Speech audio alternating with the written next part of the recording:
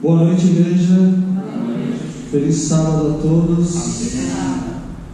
Que bom que chegou o sábado, né? Amém.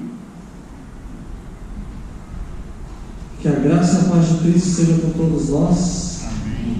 Se estivéssemos vivendo o tempo de Israel, nós chamaríamos esse sábado de o grande sábado. Amém. Porque quando caiu 2 sábados, um cerimonial e um sábado semanal, aí chamava grande sábado, um feriado. Ai, como é bom estar na casa de Deus no dia dele, é muito bom. Eu gostaria que os irmãos curvassem a fronte, para que pudéssemos ter uma palavra de oração com Deus para ele abençoar este momento. Oremos. Grandioso Deus, que habita nos altos céus, santificado seja o teu nome. Te agradecemos, Senhor, porque o Senhor nos guardou essa semana. Chegamos no santo sábado, em paz, e o teu Santo Espírito nos trouxe até aqui. E agora vamos estudar um pouco da tua palavra, que o Senhor nos instrua e o teu Santo Espírito seja o nosso professor. Que o Senhor tire os nossos preconceitos, nossas ideias preconcebidas, que venha nos esvaziar e que nos encha da tua porção e do teu poder. Te pedimos essas bênçãos, os méritos de Cristo Jesus. Amém. Amém. Amém. Renascidos.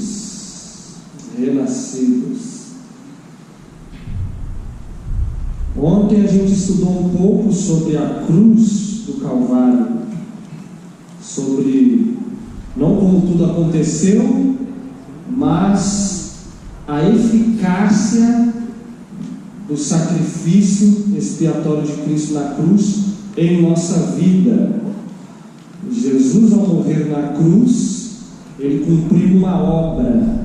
Nós lemos ali algumas citações em que a história da redenção, ela está compactada aonde? No santuário. O santuário, ele é uma compacta profecia da história da redenção. Então tudo que vai dizer sobre a redenção do homem vai estar ali no santuário. Então Cristo cumpriu ali a primeira etapa na cruz. A primeira etapa. Porém, não se limitou ali. Lembra que comentamos que o sacrifício de Cristo foi completo, mas não completou toda a história da redenção, todo o plano redentor de Deus. Depois da cruz, que era o pátio, ele foi para o santo, né? Está escrito em Hebreus que dali ele subiu para o santo, primeiro compartimento. Dali ele foi para o Santíssimo a partir de que ano? 22 de outubro de 1844 ele foi para o Santíssimo.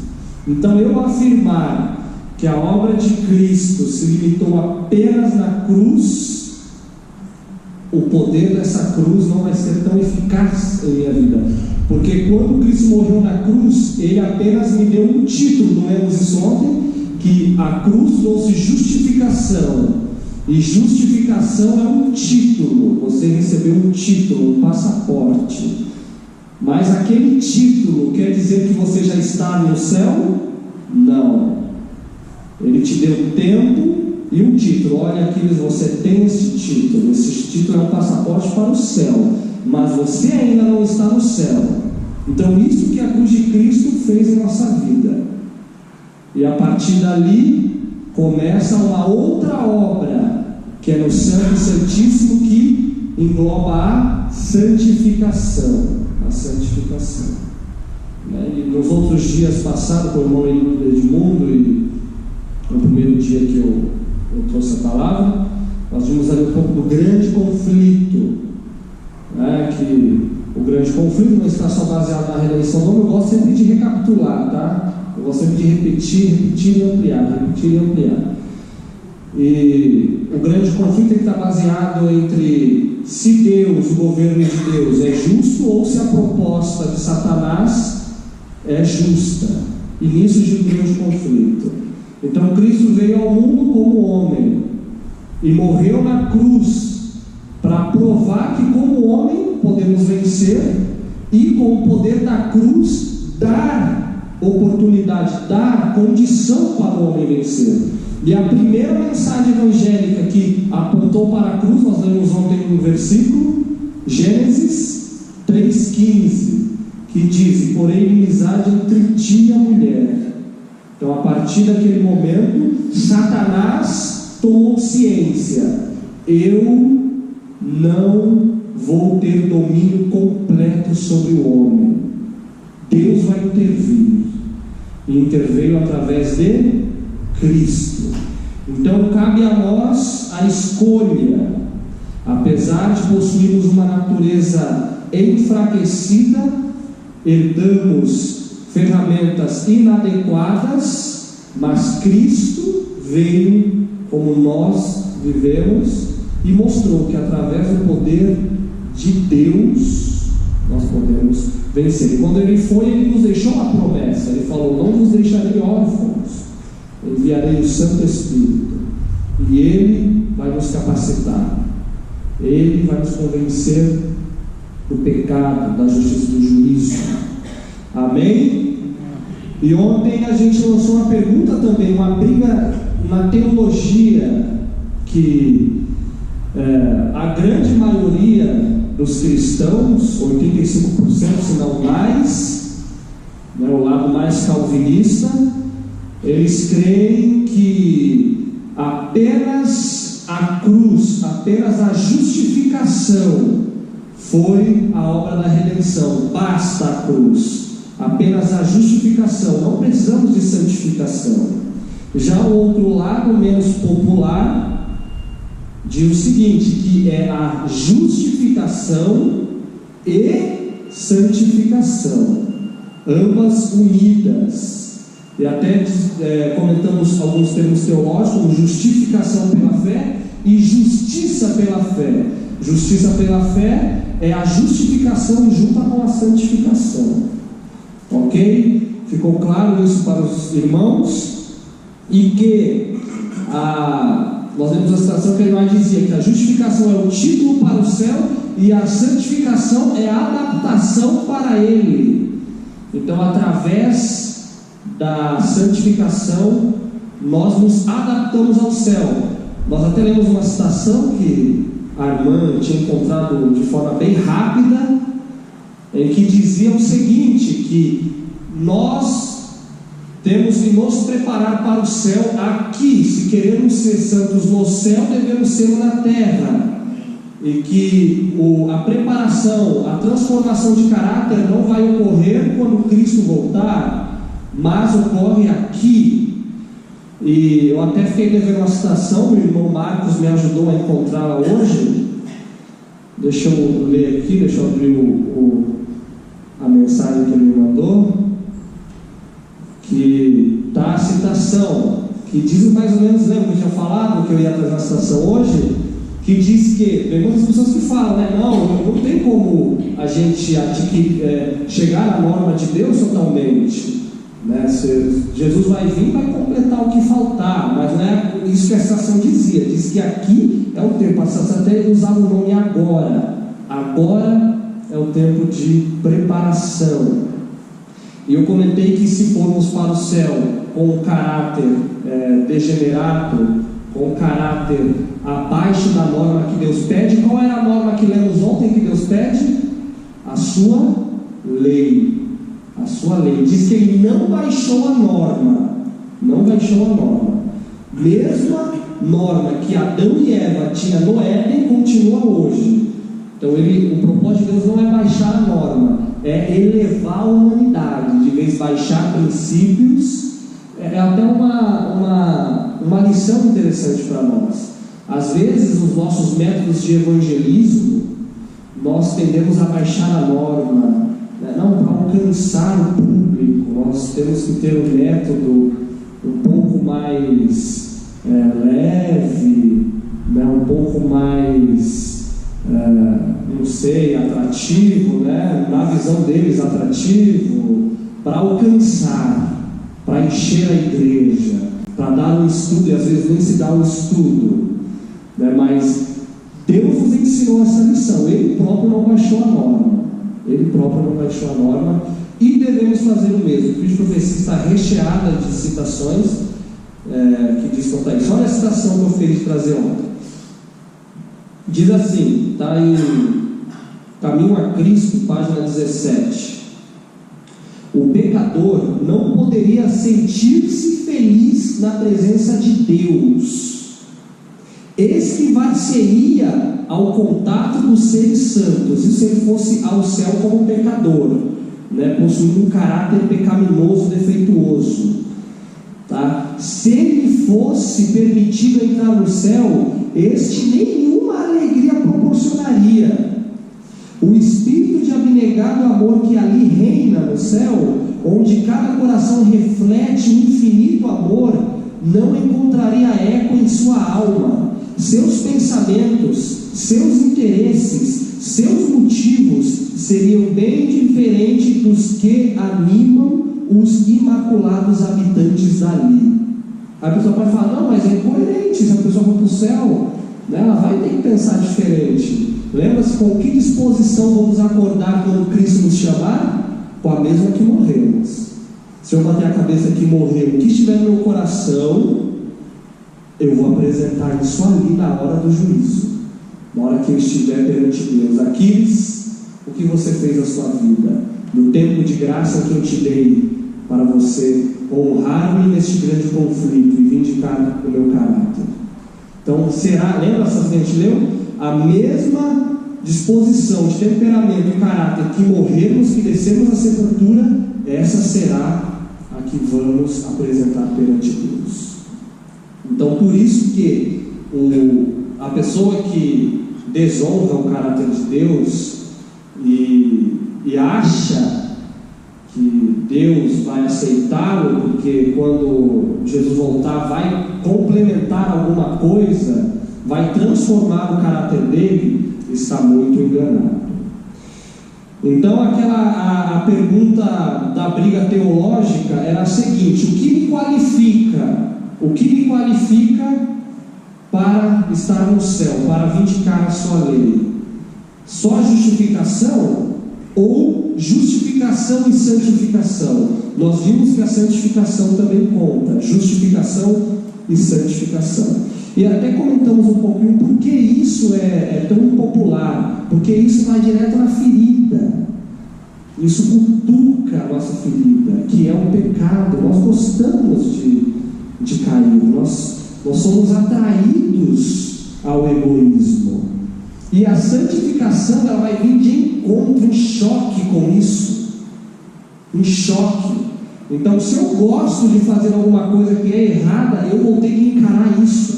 Eu vou ter que falar, ou eu paro, ou eu não estou no jogo. Lembra como Cristo é tudo ou nada. Tudo ou nada. E hoje eu queria falar um pouco sobre graça, porque a graça, ela se encaixa nesse assunto da cruz, nesse assunto de justificação, faz parte da justificação. E quando a pessoa afirma, eu não preciso fazer nada, porque graça vem do grego charis, que significa um favor imerecido. Um favor imerecido. Então eu não preciso fazer nada, eu não mereço. Cristo já fez por mim. Eu não mereço.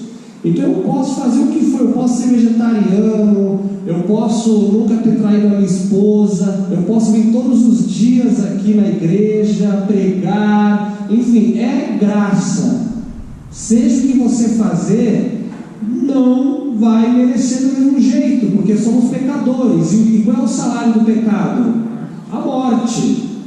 Lembra, quando a lei, se você transgrediu a lei, você deve morrer, não interessa, você não vai mais satisfazer a lei com sua obediência, porque a lei não quer satisfazer com sua obediência, a lei quer satisfazer com o sangue. Sem derramamento de sangue não há remissão de pecados, diz a Bíblia.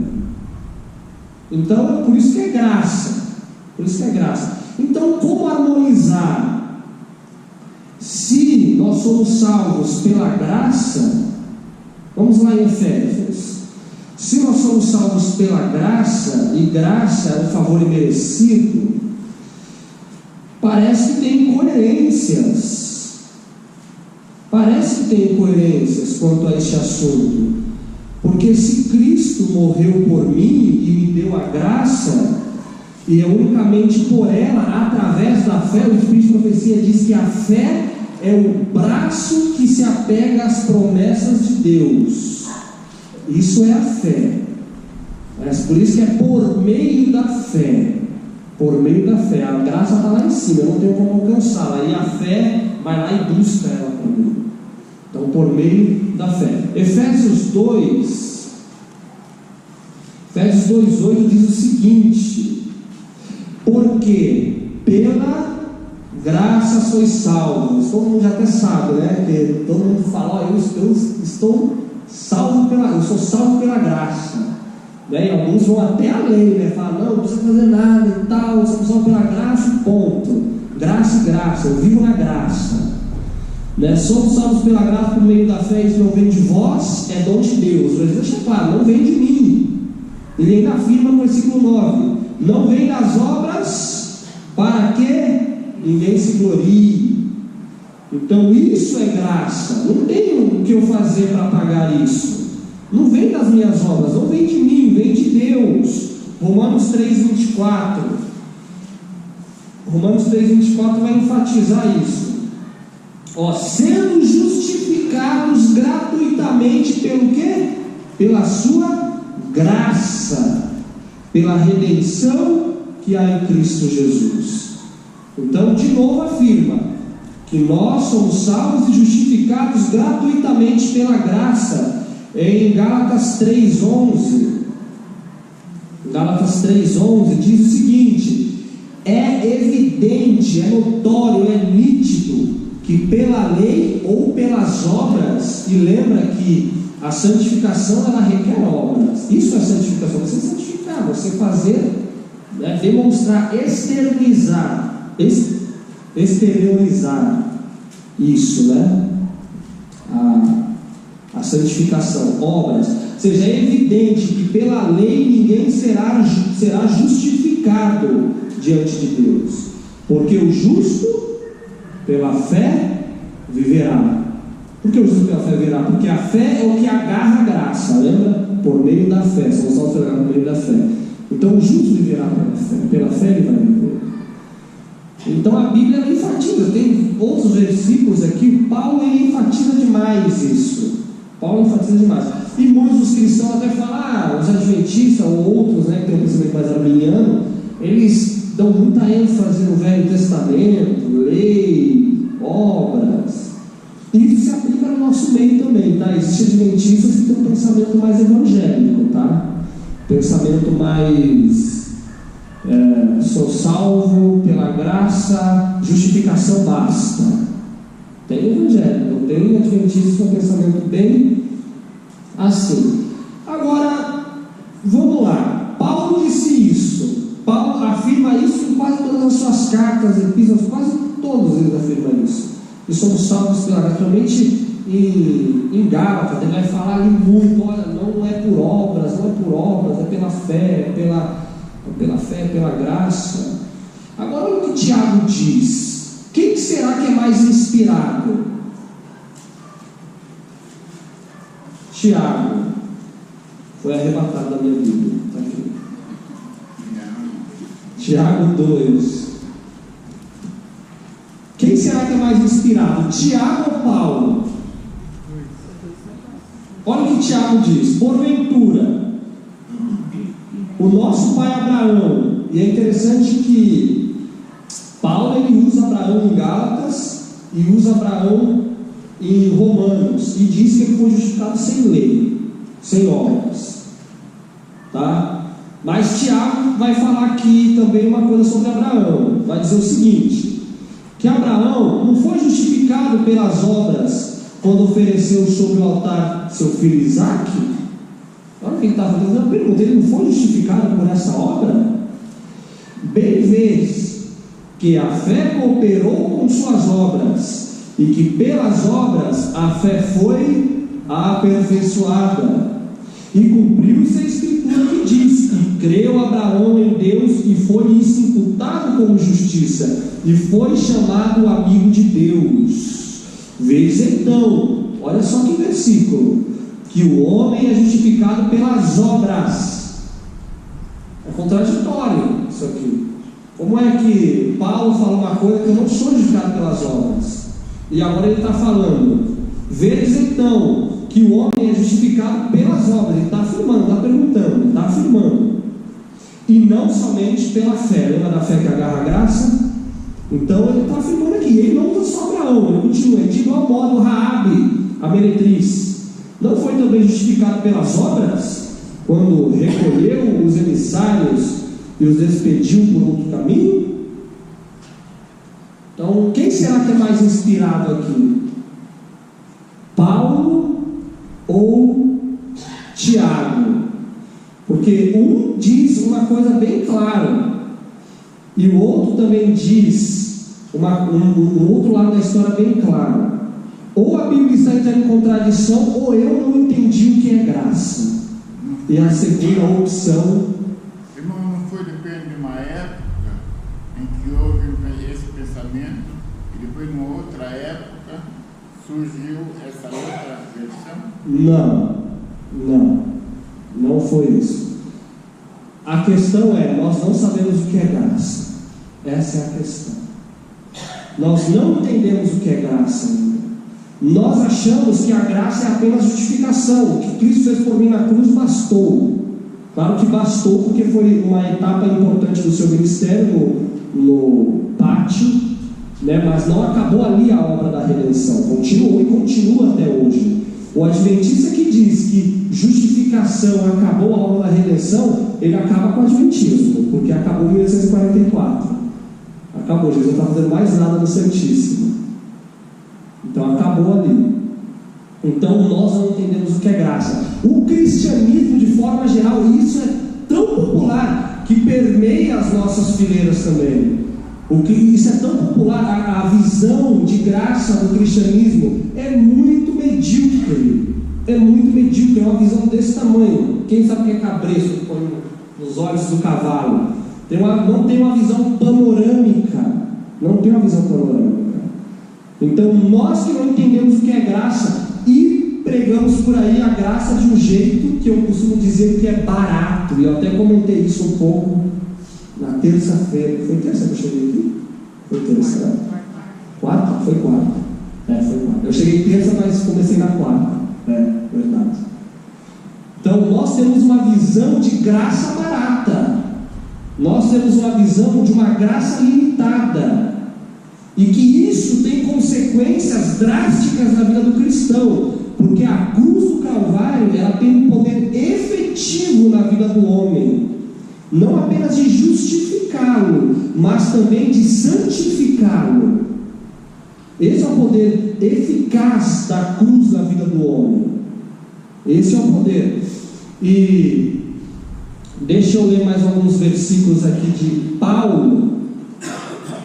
Paulo e Tiago, eles estão falando da mesma graça e da mesma história de redenção, mesmo plano de redenção. Só que um fala de um panorama e o outro fala de outro panorama. Juntando os dois, aí casa o pensamento.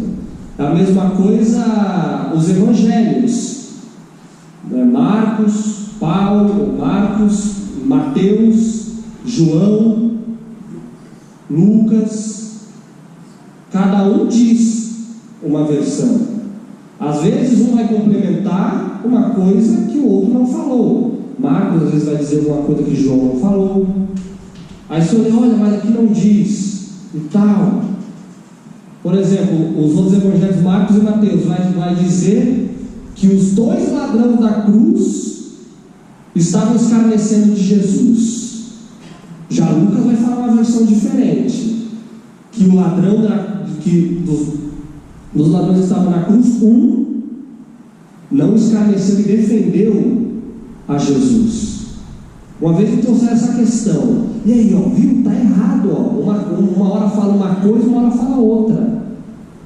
Aí sabe o que o Espírito de Profecia diz? Que sim, de fato, os dois escarneceram de Jesus no início, e que depois, ao ver o outro ladrão, começou a perceber que Jesus era diferente, na própria cruz. E ele falou: não, me perdoa, não, ele não é isso, ele está aqui inocentemente. E ele repreendeu outro amigo: não, para de falar isso, para de falar isso. Então cada um dos evangelistas, eles falaram um ponto de vista, um panorama, complementando uma versão com a outra, é a mesma coisa que Tiago e Paulo estão fazendo aqui. Por que Paulo vai enfatizar mais a graça? Por quê? Porque Paulo, ele lidava diretamente com quem? Com judaizantes. Se você for estudar os escritos de Paulo, toda vez ele está falando mal dos judeus, porque os judeus que se convertiam ao cristianismo, eles ainda carregavam as cargas das leis cerimoniais e queriam sempre viver a lei cerimonial. Dias de festas, jejuns, sábados cerimoniais, que são 7. E já Tiago trabalhava com outro público, estava atendendo uma outra necessidade. Então, um mesmo evangelho que é amplo, um fala de uma coisa, outro fala outra. O corpo de Cristo, que é a igreja, não tem vários membros? Um é a mão, é o pé. Cada um vai trabalhar segundo a sua necessidade, o seu dom. Olha só, saindo aqui. Olha só o que diz em Efésios ainda. Vamos lá para Efésios.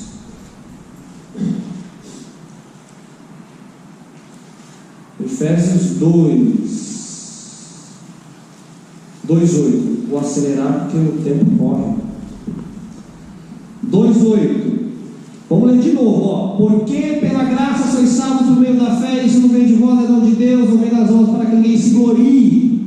O pessoal só gosta de ler por aí. Aí agora ele vai explicar o porquê dessa graça. Aí ele fala: porque somos o quê? Feitura sua, criados em Cristo Jesus para quê? Para as boas obras. Ou seja, ele fala, não vem das obras para que ninguém se glorie, mas ele termina dizendo: mas somos criados para as boas obras. Estão começando a entender que as obras fazem parte da graça e que a graça não é apenas justificação? Nós vamos ler mais versículos que vai clarear isso. Porque somos feituras suas, criadas em Cristo Jesus para as boas obras, as quais Deus preparou para que andássemos nela. Somos salvos unicamente pela graça, mas Deus preparou boas obras para que andássemos nela. Santificação, justificação e santificação. Justificação e santificação. Olha outro versículo, Romanos 2:13. Romanos 2:13. Porque os que ouvem a lei não são justos diante de Deus, mas os que praticam a lei hão de ser justificados. Olha já ele falando agora o diálogo do Tiago, de Tiago, falando aquele que vive a lei, não aquele apenas que ouve a lei, será justificado. Romanos 3:25. Esse texto aqui traz uma grande realidade. O porquê a cruz, a justificação apenas, não bastou, mas tem que entrar a santificação, a qual Deus propôs para a propiciação. 3:25 Romanos. A qual Deus propôs para propiciação pela fé no seu sangue, para demonstrar justiça pela remissão dos pecados dantes cometidos sob a paciência de Deus. Aqui diz que a cruz proveu uma solução para os pecados passados, dantes cometidos. Isso é o poder eficaz da cruz. Essa é a verdade. Porque senão, eu entrei na igreja, bom, é a graça, eu faço o que eu quero. Não, Cristo proveu um sacrifício para os pecados dantes cometidos. Lembra do evangelho equilibrado que lemos ontem? Jesus olhou para a mulher e falou: ninguém te condenou, eu tampouco te condeno, porque eu te perdoo e morri pelos seus pecados dantes cometidos. Agora vai e não peques mais. Esse é o evangelho de Cristo. Isso é graça. Isso é graça. A graça, ela apenas não vai me salvar para o céu, mas a salvação, ela começa aqui hoje. Hoje começa a salvação. É aqui que começa a salvação. Então ela não só vai me salvar na minha condição, mas ela vai me retirar dessa condição. Lembra que Deus não baixou a norma, mas eleva a humanidade? Então é isso que a graça faz primeiramente. Ela não apenas é um elemento que vai me pegar e me jogar para o céu a despeito do que eu pensar, falar e viver, mas ela vai me adaptar aqui, porque santificação está dentro da graça, e as pessoas não olham isso. Por isso que elas ficam pensando: não pode ter obras, é só graça. Mas a graça faz você viver obras. A santificação, ela é o fruto da graça. Isso que é a santificação. Queria ler uma citação aqui de Ellen White, que diz o seguinte. Antes vamos ler Tito, depois eu ler essa citação que ela vai esclarecer mais. Tito 2, a partir do versículo 11. Esse versículo, eu amo ler esse versículo. Sempre que alguém me pede para falar sobre graça, sobre justificação, sobre renascer novamente, eu gosto de ler Tito, porque Tito é a melhor explicação do que é graça, muito melhor do que Efésios, porque em Tito ele vai mostrar as fases da graça, as fases da graça. A partir do versículo 11 do capítulo 2 de Tito. Porque explicando, porque a graça, estamos falando de que hoje? De graça.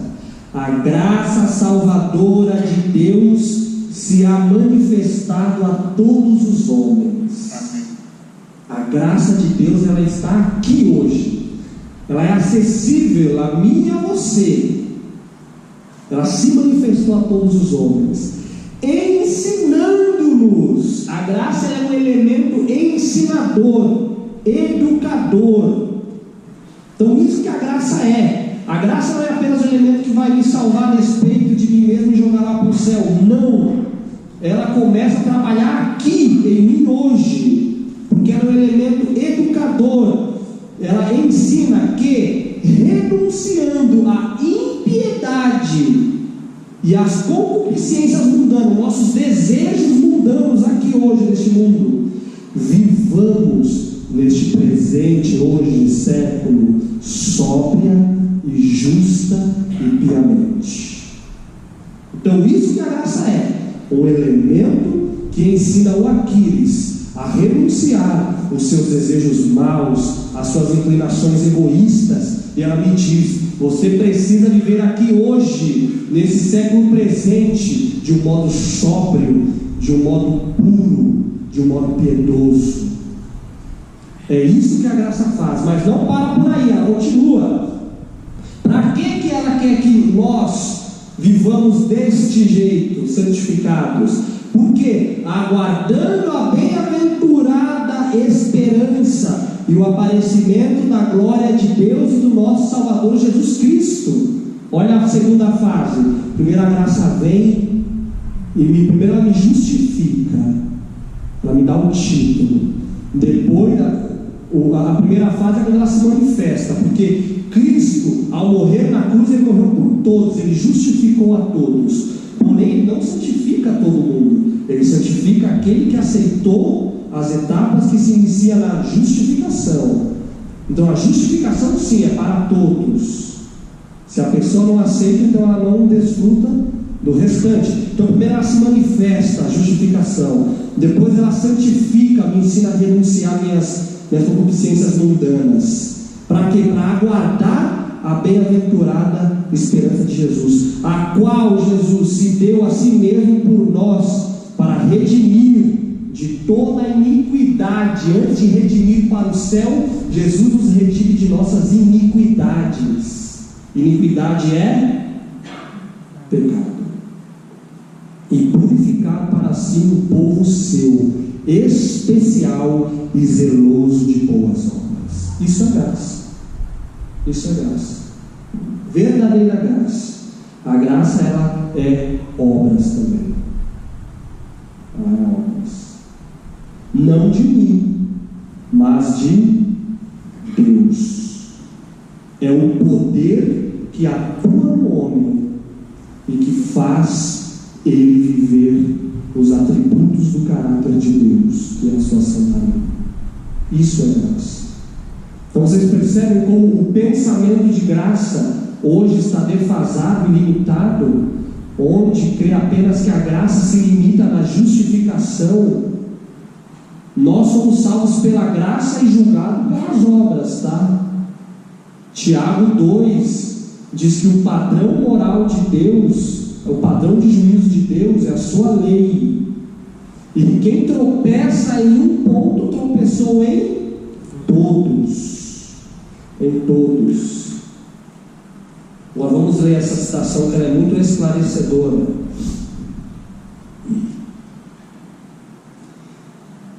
Cuidado de Deus, que é uma meditação, página 110, diz o seguinte: jovens amigos, estáis destinados ao juízo. Todos nós vamos passar pelo juízo. Ninguém corre. Se você for ateu, isso não vai te livrar do juízo. Não vai fazer. Eu ser ateu, isso acaba com a realidade que Deus existe? Não. Nós estamos destinados ao juízo. E pela graça de Cristo, pela graça, podeis prestar obediência aos mandamentos de Deus. Olha aí o que a graça faz. A graça me habilita a viver os mandamentos e adquirir a cada dia, o que é diária luta, fortaleza e resistência de caráter, de modo que não necessitais falhar ou desanimar-vos. A graça divina foi abundantemente provida para cada pecador, de modo que cada um se possa empenhar no conflito e sair vitorioso. Amém. Não vos torneis indolentes, preguiçosos, não vos lisonjeeis de que não podeis ser salvos andando segundo os traços naturais do vosso caráter, que podereis ir conforme a corrente do mundo, e que condescender com o próprio eu e agradar-lhe, e todavia ser capaz de resistir às forças do mal em tempo de crise, e sair vitorioso no acesso da luta que nos salvará. E sair vitoriosos no acesso da luta que nos salvará na obediência à lei. Ou seja, não vamos pensar que eu posso, através das minhas concupiscências, vivendo de qualquer modo, vencer sem obedecer à lei. Sem obedecer à lei. Então, isso que a graça faz. A graça, ela me habilita a viver a lei. É isso. A graça, ela apenas não me pega e joga no céu. E isso é maravilhoso, porque equilibra. Olha essa outra citação: Cristo triunfante, página 226. O contexto aqui é para a igreja, tá? Irmãos que estavam vivendo de um modo que eles queriam. E aí eu acho, um pouco antes dessa citação, ela diz o seguinte: que Deus tem um padrão, Deus requer uma coisa para nós, uma linha de seguimento. Mas os irmãos estavam querendo adaptar a igreja e a visão teológica de salvação do jeito deles. Só que se nós queremos ir para o céu é a casa de Deus. Deus vai se adaptar a nós, ou nós vamos nos adaptar à realidade celestial? Nós vamos nos adaptar à realidade celestial. Então é nesse contexto que ela está falando. Aí ela diz: se esses irmãos que querem adaptar, né, a justificação, a santificação, a justiça pela fé, do modo deles, se eles recusam a ver e a deixar-se iluminar, e se recusam a ser instruídos, rejeitam o remédio intercessório, a cruz, eles rejeitam, que foi dado para quê? Para salvar o pecador, foi para isso. Só que salvar o pecador como? Não do pecado, mas do pecado. Mas do pecado. Então isso é graça. Nos salva primeiro do pecado, para nos lançar nos portais celestiais. Zacarias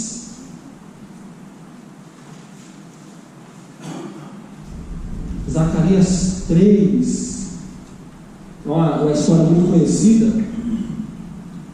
do sumo sacerdote Josué.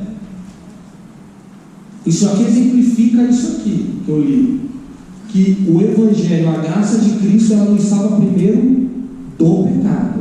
Olha o que diz. E até, isso aqui é interessante, porque até tira aquela ideia que se passa muito em teatrinhos, né, em encenações. Temos até luz quanto a isso, encenações, teatros.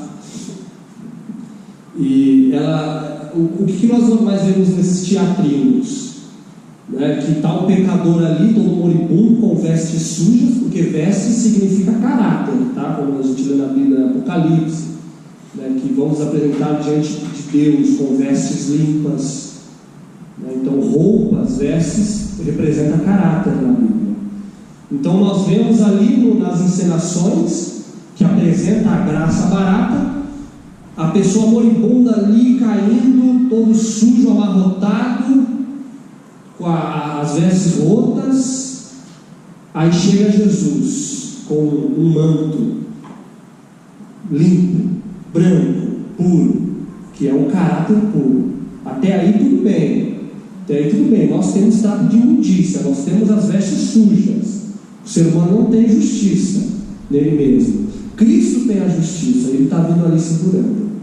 Só que aí acontece uma coisa errada, ele vai e cobre aquele moribundo pecador com as vestes dele. Isso está errado.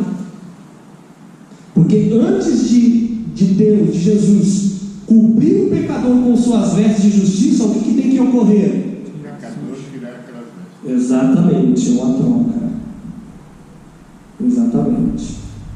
Então ele tira, para depois pôr. Exatamente isso está escrito aqui, ó. Versículo 1 do capítulo 3 de Zacarias. E ele mostrou-me o sumo sacerdote Josué, o qual estava diante do anjo do Senhor, e Satanás estava à sua mão direita para se lhe opor.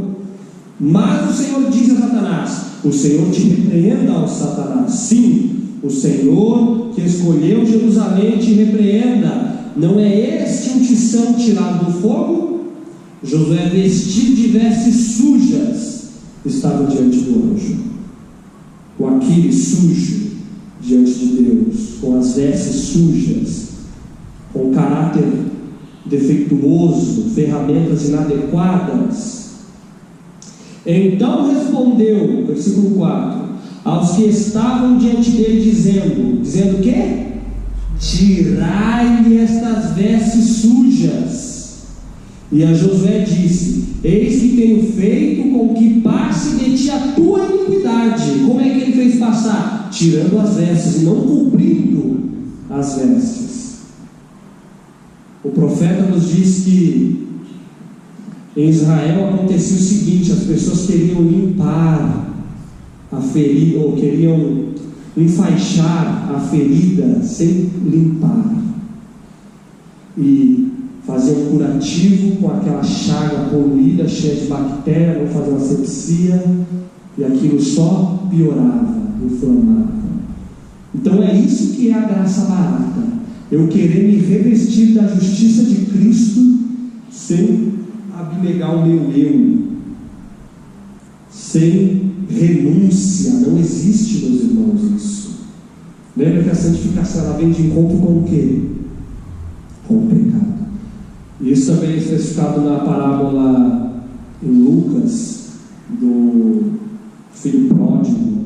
Quando ele cai em si, ele se arrepende, e o fruto do arrependimento dele é sincero. Ele fala: não, eu não quero nem ser quem eu era, não quero nem ser considerado filho. Se eu for um servo, tá bom. E ele vai no pai e fala: pai, peguei contra ti, me perdoa. E o que o pai faz? Fala: retira essas vestes dele, dê um banho nele, purifica-o, põe alparcas novas nos pés dele, põe vestes limpas e ponha um anel em seu dedo. É isso que é o Evangelho de Cristo. Lembram o que lemos ontem, Mateus 1:21? Qual foi a missão de Cristo? E o nome dele será Jesus. Por quê? Porque ele salvará o seu povo dos seus pecados. O pecado, ele é a lástima do universo. O pecado é a acusação de que Deus não é justo, de que o caráter dele é defeituoso e sua lei é impossível de ser vivida. Então o grande conflito sempre vai gerar isso aí. Qualquer mensagem que tente minimizar a nossa percepção do que é pecado, que seja anátema, porque isso faz separação entre nós e o nosso Deus. Isso encobre o rosto de Deus de nós. Quero ler mais algumas citações para encerrar.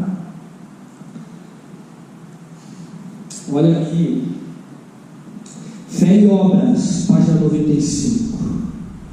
Conquanto tenhamos de estar em harmonia com a lei de Deus, não somos salvos pelas obras da lei. Nós temos que estar em harmonia com a lei, mas não somos salvos pela obra da lei. Contudo, não podemos ser salvos sem obediência. Não podemos. Nós não somos salvos pela lei, mas temos que estar em conformidade com ela. Mas o que nos salva é a graça. Mas por que nós vamos ser salvos pela graça em conformidade com a lei? Porque a graça vai me habilitar a viver a lei, porque ela é o padrão, essa é a ordem. Essa é a ordem. A lei é a norma pela qual é avaliado o caráter. Essa é a norma. Deus não baixou a norma. Mas não podemos absolutamente guardar os mandamentos de Deus sem o quê? Sem a graça, meus irmãos, regeneradora de Cristo. Então isso é graça. Quem falar que nós vivemos os mandamentos, queremos guardar o mandamento, inclusive o quarto, que essa é a grande controvérsia aí no mundo cristão, né? Diz: não, vocês querem ser salvos pela obra, mas não é assim, nós somos salvos pela graça. Você pode dizer enfaticamente: somos salvos pela graça, porque a graça me faz viver as obras. As obras só são um fruto, meus irmãos. Eu não vivo obras para ser salvo, para ser santificado, mas o poder de Cristo, a graça, me faz viver as obras, me santifica. Então ninguém ousa dizer que é santo porque vive alguma coisa. Nós vemos até uma citação ontem que diz quanto a isso, que o santo nunca vai perceber que é, mesmo que seu nome esteja no livro da vida, ele nunca vai perceber que é. Então isso que é graça, meus irmãos. Isso que é graça. Queria terminar com um versículo em Gálatas 2:17.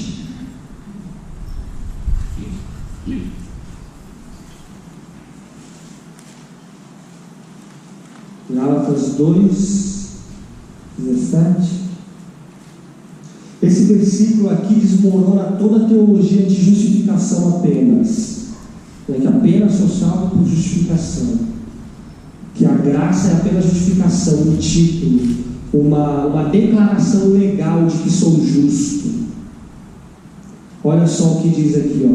Pois, se nós somos cristãos, nós, está falando de nós, procuramos ser justificados em Cristo, nós mesmos também somos achados pecadores, é porventura Cristo ministro do pecado?